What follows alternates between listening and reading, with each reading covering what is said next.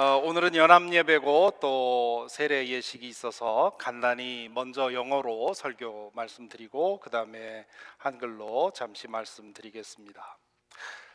This coming Wednesday is called Ash Wednesday.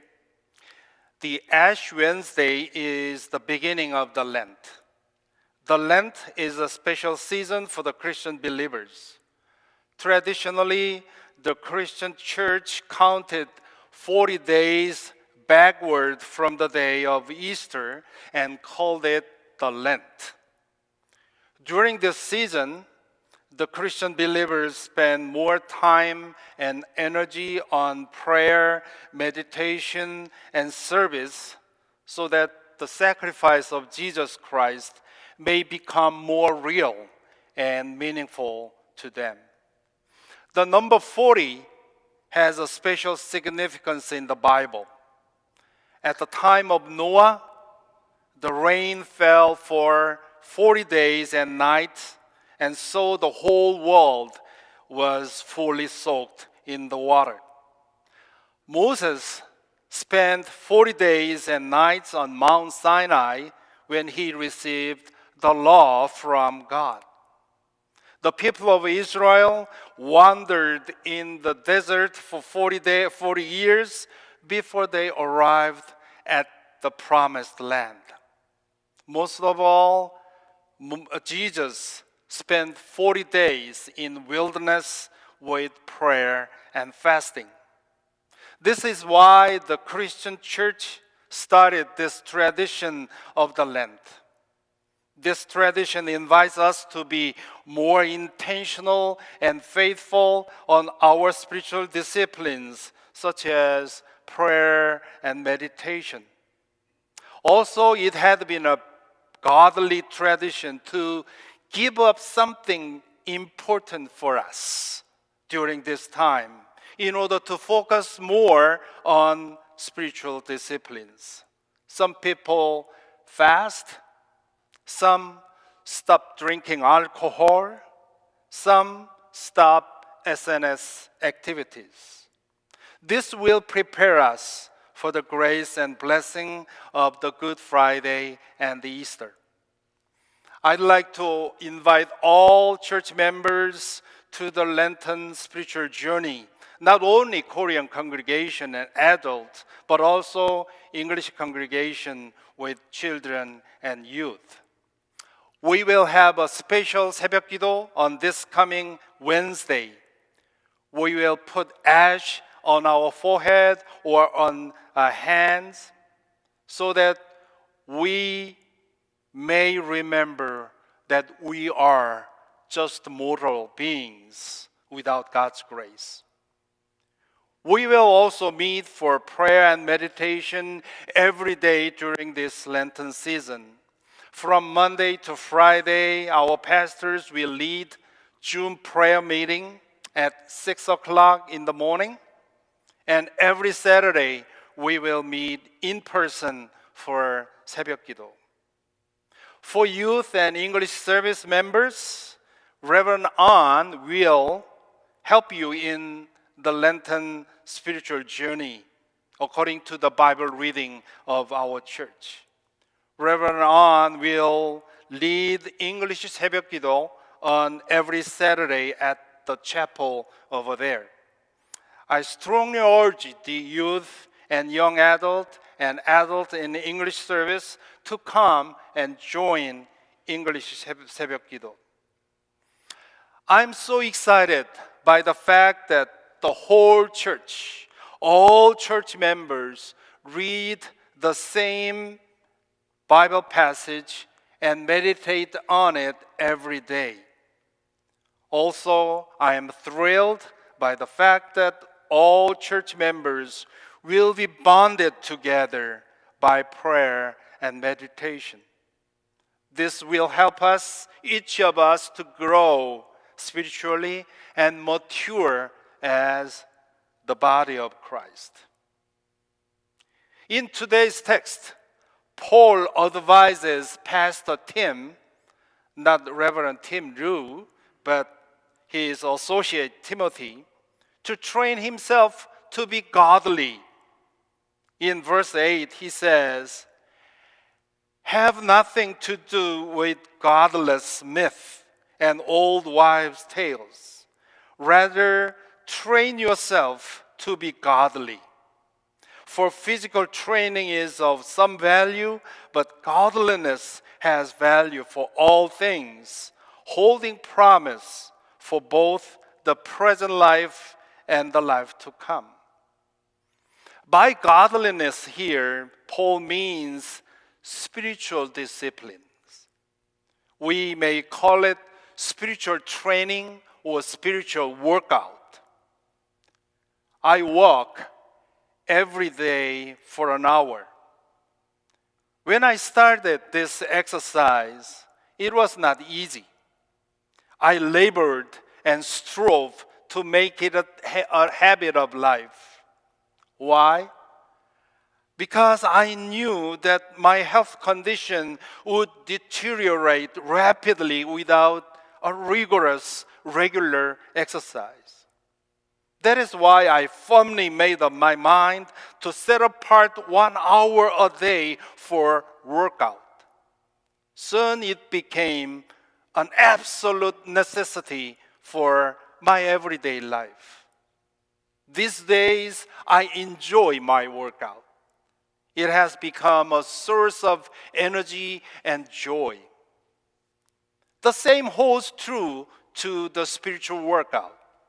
Setting apart some time, 10 minutes, 20 minutes, or 30 minutes, 1 hour, every day for spiritual disciplines is not easy to do. We need to labor and strive. We have to make up our minds firmly for this spiritual habit. I guarantee you, however, you will soon come to enjoy that time if you continue for a while. You will feel that it is an absolute essential for your everyday life. You will enjoy your workout. Furthermore, your spiritual workout will transform your life and bear wonderful fruit in the future. Some of you already heard that I started this spiritual discipline when I was at the 8th grade. There was a prestigious high school where I lived at that time. At the first day of that year, I prayed to God, God, I will read 3 chapters a day, every day, as my commitment. Please help me to get in that high school.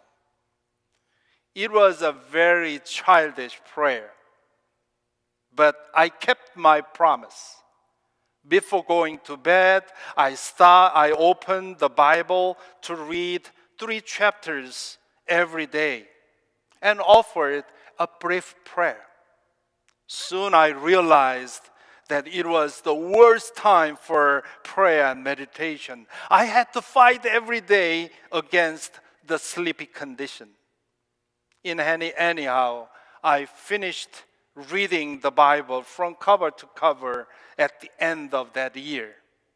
And God helped me to get in that high school.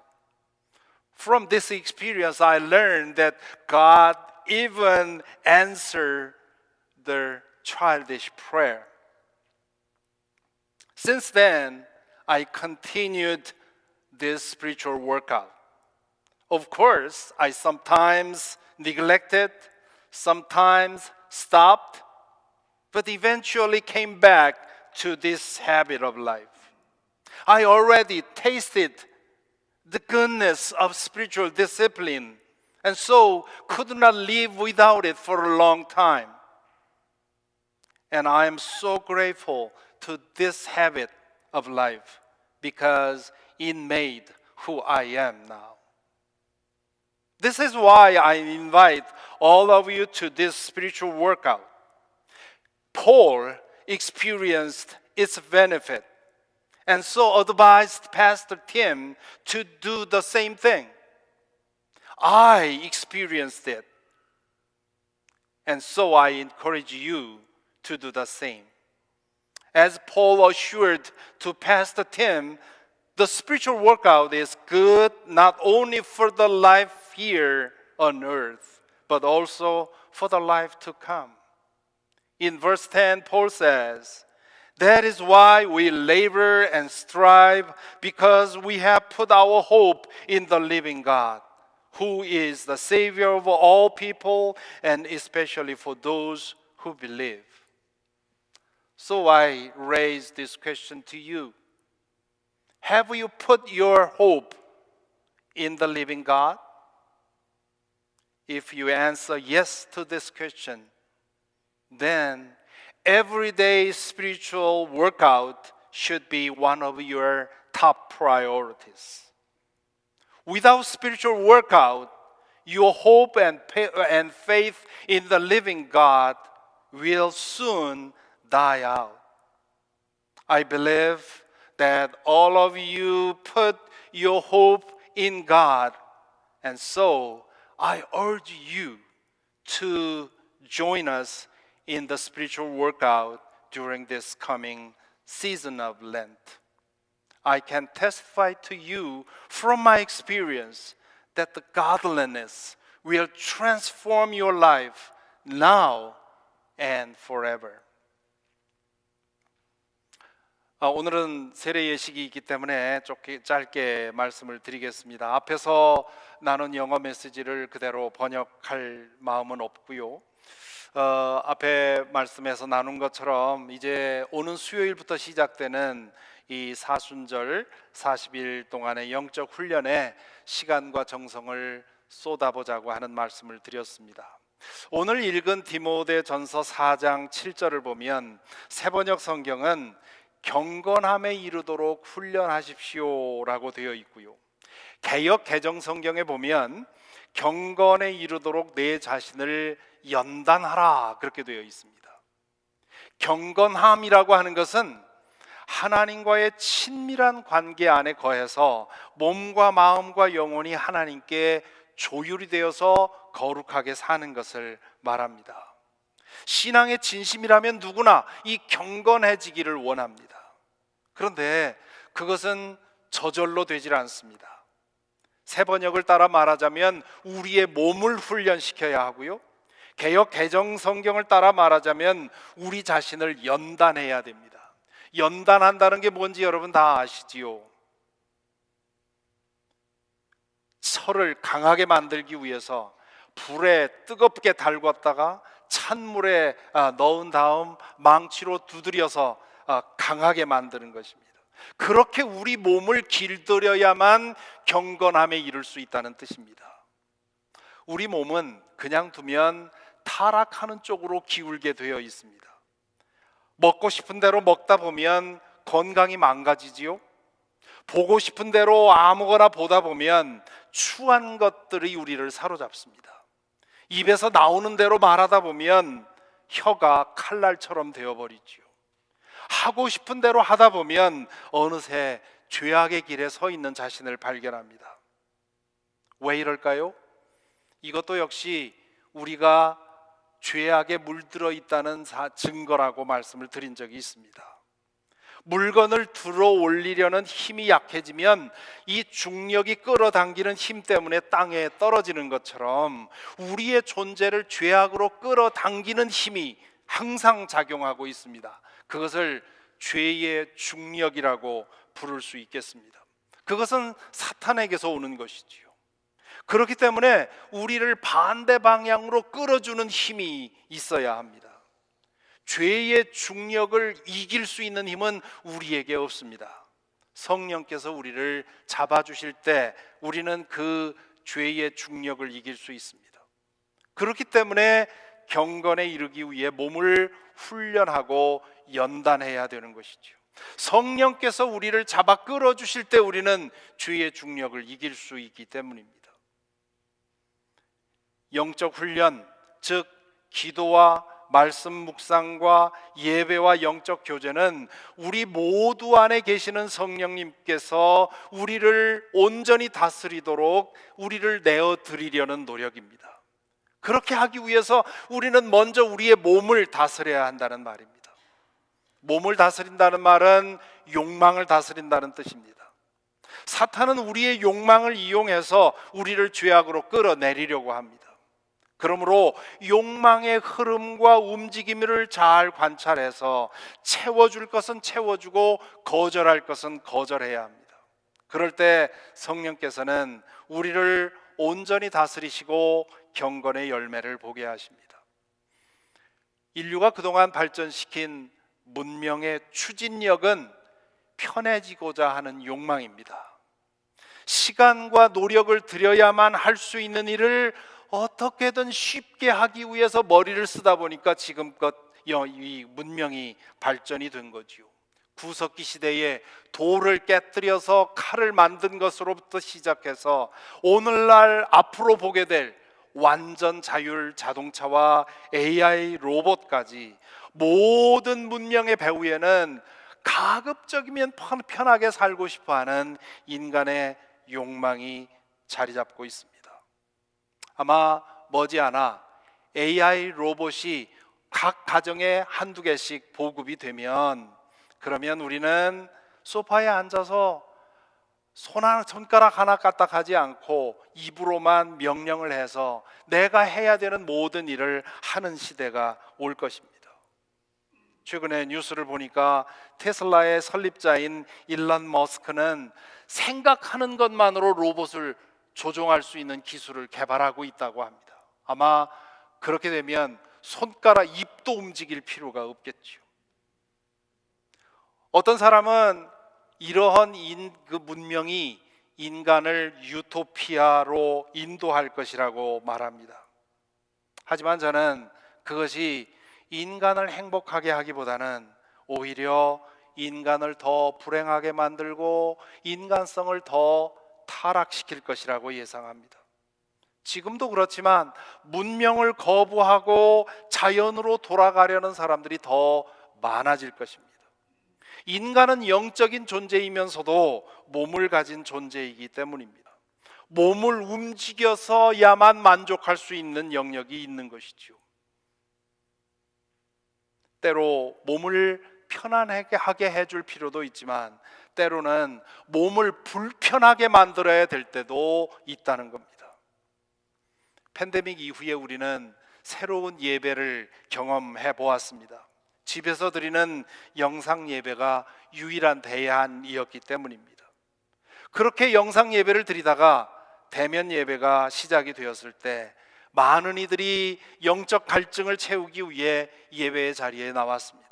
어떤 교우는 첫 대면 예배를 드리면서 감격의 눈물을 흘리기도 하셨습니다.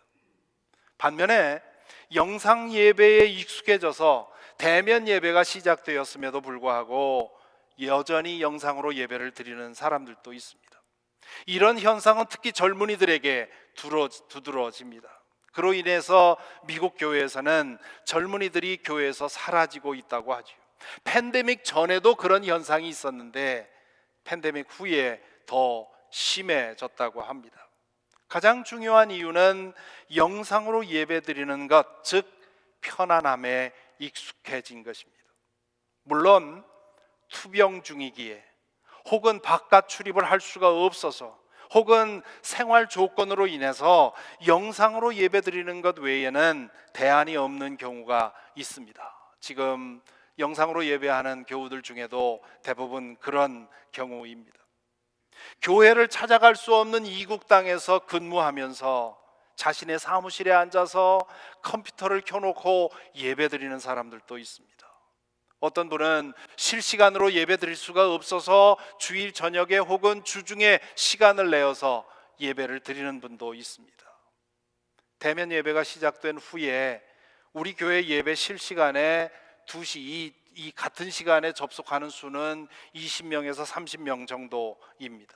그런데 일주일이 지나면 250번 정도로 그 접속 수가 올라가고요. 한 달쯤 지나면 500회 정도로 올라갑니다. 설교만 듣는 것까지 합치면 거의 1000번의 접속이 이루어지는 겁니다. 누군지 모르지만, 어디서 누군지는 모르지만 예배의 영상이 누군가에게는 귀하게 사용되고 있다는 증거지요. 그런 점에서 우리 저 2층에서 방송을 위해 수고하는 분들, 보이지 않는 곳에서 어떤 분들에게는 이 방송이, 이 영상이 귀하게 사용된다는 것을 아시고 보람을 느끼셨으면 좋겠습니다. 그런 분들은 영상 예배를 대하는 마음이 특별합니다. 대면 예배를 드리는 것과 같은 정성으로 예배를 임하게 되어 있지요. 그런 상황에 있는 교우들 중 몇 분은 매주일 every week 우편을 통해서 헌금을 보내오십니다. 그 우편 헌금을 받을 때마다 제 마음이 얼마나 감동되는지요. 헌금 그것을 매주 주소를 쓰고 우편을 붙이는 그 정성 속에 담긴 하나님에 대한 사랑을 알기 때문입니다. 제가 그렇다면 하나님은 더욱 그러실 것입니다. 하나님은 마음의 중심까지 다 보시지 않습니까? 이런 분들은 편안함에 익숙해져서 영상 예배를 드리는 것이 아닙니다. 하지만 더 많은 이들이 편안함에 익숙해져서 영상 예배에 만족하고 있습니다. 어쩔 수 없는 상황에서 계속 영상 예배를 드리는 교우들도 만나보면 그런 말씀을 하십니다. 어쩔 수 없이 영상 예배를 드리지만 이것이 대안이 아닌 것을 하면 할수록 느낀다고 얘기를 합니다. 영상으로 예배 드리다 보니 나도 모르게 편해지고 나도 모르게 해이해지는 경우를 보게 된다는 거죠. 왜 그렇습니까? 우리는 모두 몸을 가진 존재들이기 때문에 그렇습니다.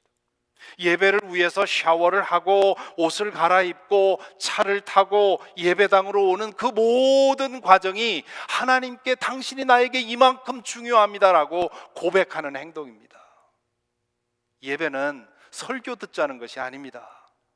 하나님을 아버지로 섬기는 이들과 한 몸 되어서 경배와 찬양을 올리는 것이 예배의 핵심입니다.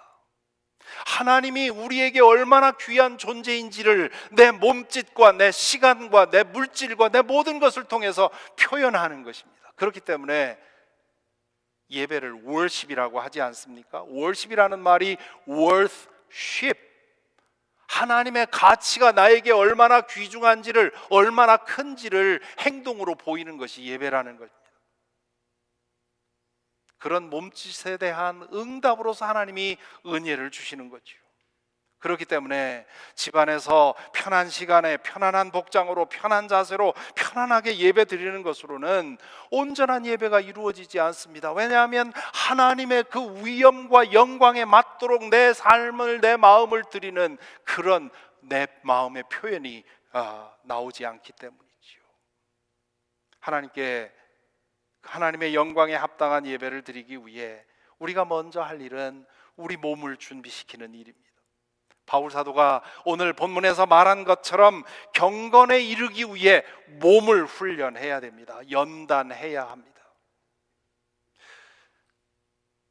여러분은 살아계신 하나님께 소망을 두고 있습니까? 그렇다면 경건에 이르기를 힘쓰시기 바랍니다. 하나님과의 깊은 사귐 가운데 살면서 마음과 영혼과 육신이 온전히 하나님에게 조율되는 것이 경건입니다. 그럴 때 비로소 우리 삶의 방향이 잡히고 질서가 세워지고 열매가 맺힙니다. 그러기 위해서 여러분의 몸을 훈련시키시기 바랍니다. 타락의 관성 혹은 죄의 중력을 따라가려는 몸을 반대 방향으로 이끌 수 있도록 힘써야 합니다. 그러기 위해서 우리 안에 계시어 우리를 도우시는 성령께 항상 의지해야 합니다. 살아계신 하나님께 소망을 두고 있다면, 그래서 경건에 이르기를 원한다면 이번 수요일부터 시작하는 사순절 새벽 기도회에 참여하기를 권합니다. 이미 사귐의 소리를 통해서 경건의 시간을 가지시는 분들은 사순절 시간 동안 좀 더 마음을 쓰시기 바랍니다. 그동안 경건의 훈련에 소홀히 했다면 이번에 용기를 내시기 바랍니다. 40일 동안 집에서 혹은 직장에서 깨어 기도하며 말씀 묵상을 하는 영적 여정에 참여하시기를 바랍니다.